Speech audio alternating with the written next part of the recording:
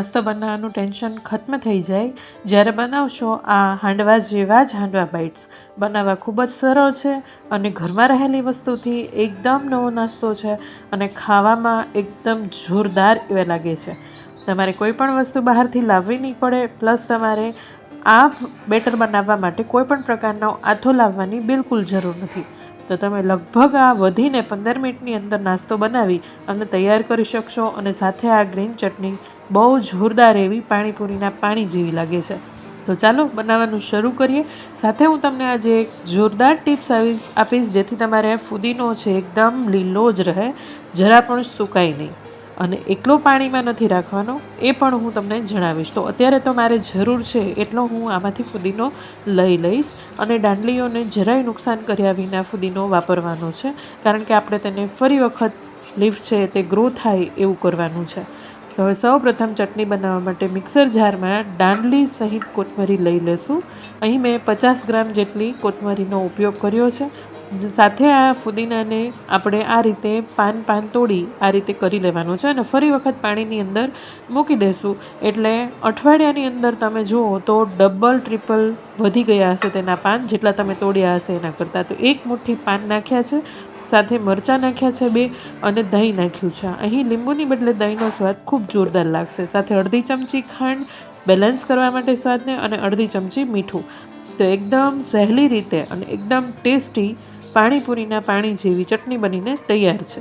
હવે તે જ મિક્સર જારની અંદર મેં અહીં પલાળેલી રાખેલા દાળ અને ચોખા લેશું। હવે તમને હું માપ કહી દઉં તો એમાં 1 વાટકી ચોખા, 1 વાટકી ચણાની દાળ અને સાથે અડધી વાટકી અડદની દાળ આ રીતે મેં માપ લઈ અને 4 થી 5 કલાક અગાઉ સારી રીતે ધોઈ અને પલળવા દીધી હતી। સારી એવી પલળી જાય પછી એને નિતારી આ રીતે મિક્સર જારમાં લઈ લેવાની। આપણે બેટર પાતળો ન થાય તેનું ખાસ ખ્યાલ રાખવાનો અને અહીં તમે મિક્સ દાળનો ઉપયોગ પણ કરી શકો છો। તો અડધી વાટકીની અંદર તમે મિક્સ દાળ પણ લઈ શકો છો।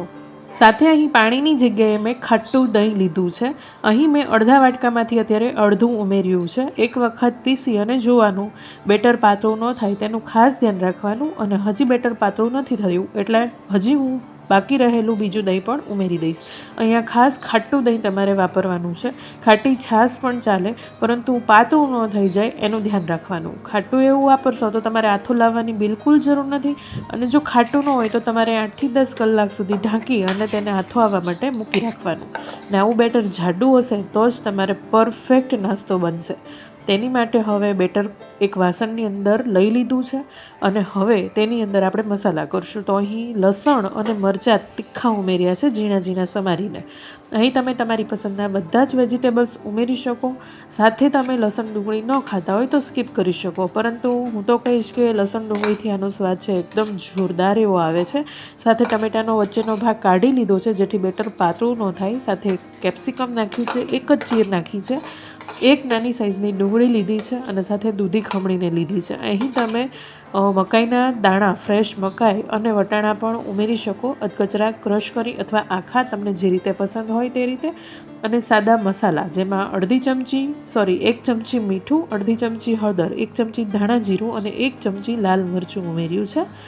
તો અહીં તમે મીઠું તમારા સ્વાદ પ્રમાણે ઓછું વધારે ઉમેરી શકો અને હિંગ મેં અહીં ચપટી ઉમેરી છે। સાથે ગુજરાતી છે એટલે અડધી ચમચી ખાંડ, તમે અહીં અડધી ચમચી ગોળનો પણ ઉપયોગ કરી શકો જેથી એકદમ બધા જ મસાલા છે એકદમ બેલેન્સ થઈ જશે અને થોડી ખટાશ ઉમેરી છે તો તેનો સ્વાદ બહુ જ સરસ આવશે। અને ગુજરાતી ફરસાણ છે એ ખાટું, મીઠું, તીખું બધા જ સ્વાદનું મિશ્રણ હોય છે જેથી ખાવામાં એકદમ સરસ લાગે છે, જે બધાને પસંદ હોય છે।